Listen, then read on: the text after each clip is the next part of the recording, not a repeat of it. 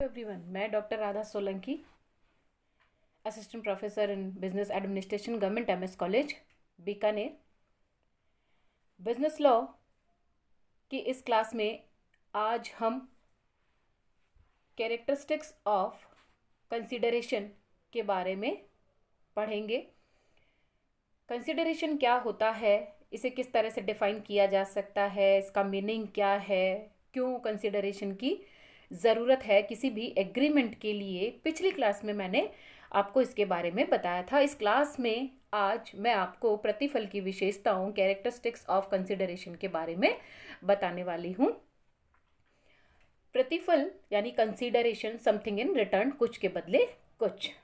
It may be in value और performance, ये किसी मूल्य के रूप में भी हो सकती है और परफॉर्मेंस के रूप में भी हो सकती है। एग्जामिनेशन में आपसे 20 मार्क्स में प्रतिफल की विशेषताएं पूछी जा सकती है, या इन विशेषताओं का कोई एक पार्ट, कोई एक कैरेक्टरिस्टिक्स आपसे 2 मार्क्स में, या कुछ कैरेक्टरिस्टिक्स आपसे 8 मार्क्स में पूछी जा सकती हैं। I want to say it is a very important question for your examination. सबसे पहले, consideration must be at the desire of the promisor. प्रतिफल वचनदाता की इच्छा पर होना चाहिए according to section 2 clause D. जहां पर कंसिडरेशन को डिफाइन किया गया है, उस डेफिनेशन में सबसे पहले यही बात कही गई है कि कंसिडरेशन यानी प्रतिफल प्रॉमिसर की यानी वचनदाता की इच्छा पर होना जरूरी है। इससे कंसर्निंग दुर्गा प्रसाद वर्सेस बलदेव का मामला बहुत ही महत्वपूर्ण है। इस मामले में क्या था, एक डिस्ट्रिक्ट के जिलाधीश की इच्छा पर एक मार्केट बनवाया गया था, जिसने उस बाजार में एक दुकान ली, यानी जो इसका वादी था, जिसने केस फाइल किया था, उसने उस मार्केट में एक दुकान ली और ये प्रॉमिस किया कि उसके द्वारा जो भी माल बेचा जाएगा वह उन पर वादी को एक निश्चित दर से कमीशन दिया करेगा।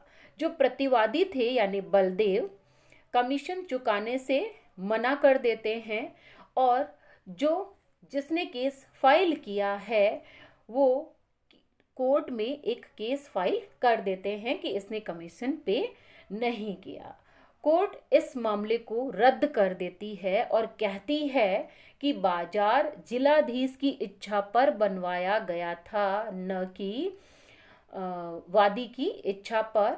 इसलिए ये कहा जाता है कि प्रतिफल वचनदाता की इच्छा पर होना चाहिए। Consideration must be at the desire of the party. Second one is consideration में बी पॉजिटिव और नेगेटिव। कंसिडरेशन सकारात्मक भी हो सकता है और नकारात्मक भी हो सकता है। कहने का मतलब, जैसा कि सेक्शन 2 क्लोज डी कहता है कि ये किसी काम को करने के लिए भी हो सकता है, टू डू समथिंग, और to abstain from doing anything, यानी किसी काम को नहीं करना भी हो सकता है। तो according to section 2 clause D, consideration may also be for not doing something. It is not essential that consideration may be positive only. It may be negative also. In other words, when at the desire of the promiser promising not to do something, in such condition also the consideration will be considered to be legal consideration. यानी ये ज़रूरी नहीं है कि consideration हमेशा positive ही हो। यदि वो नेगेटिव है तो भी एज अ कंसिडरेशन उसे कंसीडर किया जाएगा, उसे ट्रीट किया जाएगा। और ऐसा कंसिडरेशन यदि कहीं है तो वो कॉन्ट्रैक्ट एनफोर्सिएबल माना जाता है, वो लीगल माना जाता है। थर्ड पॉइंट है, कंसिडरेशन में मूव फ्रॉम द प्रोमिसी और एनी अदर पर्सन, यानी प्रतिफल वचन ग्रहीता, इट मीन्स प्रॉमिसी, अथवा किसी अन्य व्यक्ति यानी एनी अदर पर्सन के द्वारा दिया जा सकता है। यह कैरेक्टरिस्टिक्स भी according to section 2 clause D है। उसमें यह साफ साफ लिखा हुआ है कि प्रतिफल वचनदाता की इच्छा पर वचन ग्रहीता या किसी अन्य व्यक्ति की तरफ से भी दिया जा सकता है।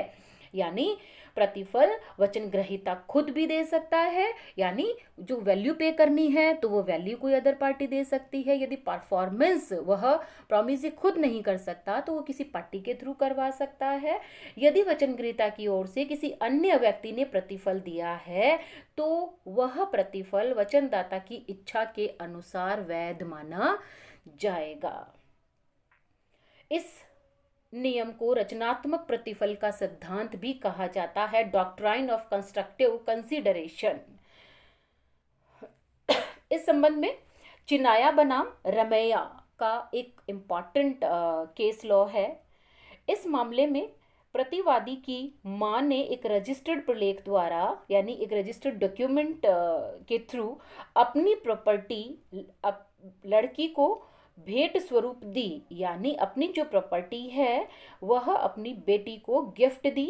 इस डॉक्यूमेंट में, इस प्रलेख में ये प्रोविजन था या ये लिखा गया था कि प्रतिवादी प्रति वर्ष अपने चाचा को 653 रुपये दिया करेगी, यानी जिसके फेवर में वो डॉक्यूमेंट लिखा गया है उसमें ये साफ साफ लिखा हुआ था कि वह अपने अंकल को या अपने चाचा को 653 रुपये दिया करेगी।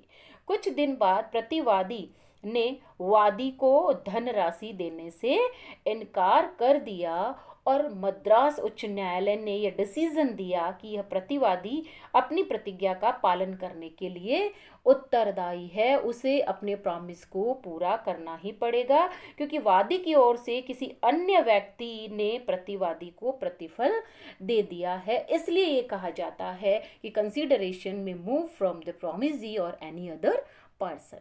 Next one is consideration must be legal. That is very important. प्रतिफल वैध होना जरूरी है।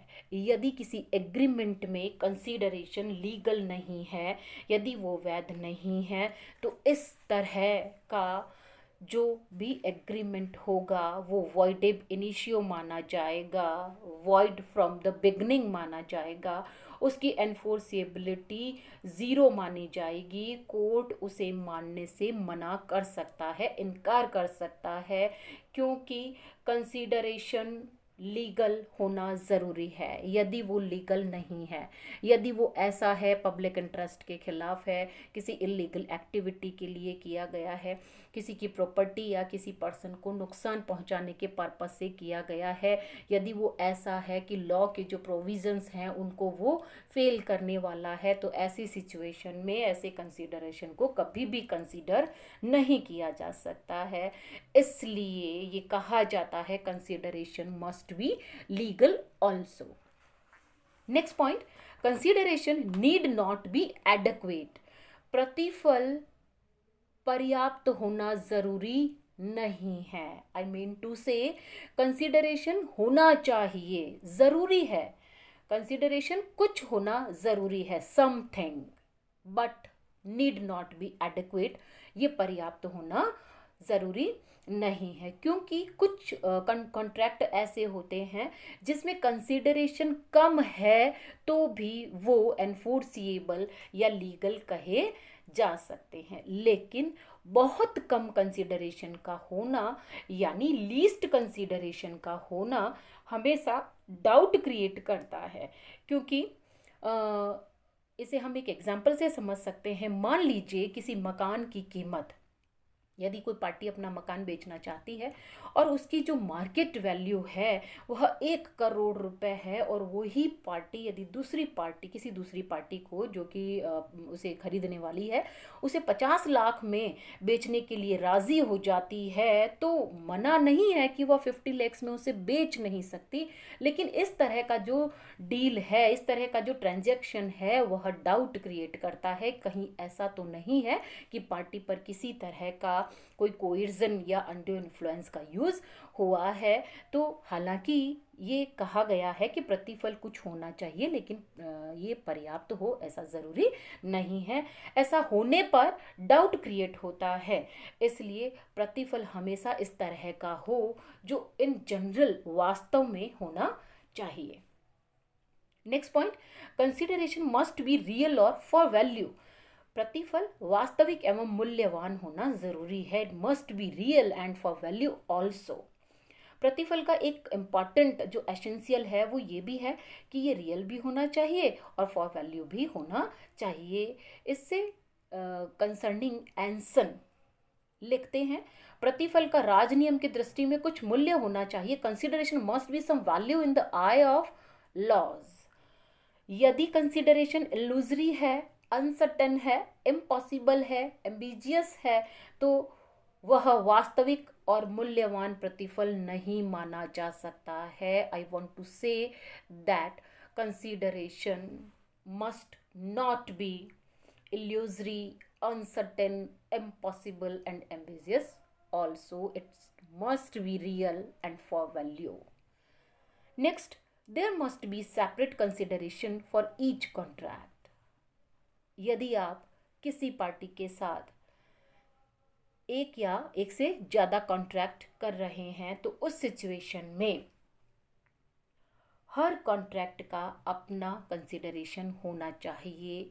Each contract has its own consideration. ये ज़रूरी है कि हर कॉन्ट्रैक्ट का अपना कंसिडरेशन होना चाहिए। ऐसा नहीं है 5 कॉन्ट्रैक्ट हमने किए हैं, 10 कॉन्ट्रैक्ट हमने किए हैं, 10 डील हमने की है तो उसका एक साथ कंसिडरेशन डिसाइड होगा, ऐसा नहीं हो सकता है। नेक्स्ट पॉइंट, कंसिडरेशन में बी और पास्ट, प्रेजेंट और फ्यूचर, यानी कंसिडरेशन पास्ट भी हो सकता है, प्रेजेंट भी हो सकता है और फ्यूचर भी हो सकता है। कहने का मतलब ये है प्रतिफल भूत, वर्तमान या भावी किसी भी प्रकार का हो सकता है। इंडियन कॉन्ट्रैक्ट एक्ट में ये तीनों ही तरह के जो कंसिडरेशन है उनको लीगल माना गया है। Next and last point, benefit to the promisor from consideration, यानी प्रतिफल से वचनदाता को खुद को लाभ होना जरूरी नहीं है। ये जरूरी नहीं है कि प्रॉमिसर को डायरेक्ट उस कंसिडरेशन का बेनिफिट मिलता है। तो प्रतिफल की वैधता के लिए ये भी जरूरी नहीं है कि वचन ग्रहीता द्वारा किए जाने वाले कार्य या नहीं किए जाने वाले कार्य से प्रॉमिसर को खुद को लाभ हो। यदि प्रॉमिसर को स्वयं को या खुद को लाभ तो नहीं है लेकिन किसी और पार्टी को लाभ पहुंचता है या किसी और पार्टी को बेनिफिट होता है तो ऐसी सिचुएशन में भी वो कंसीडरेशन लीगल माना जाएगा। तो in this class I told you about the characteristics of consideration.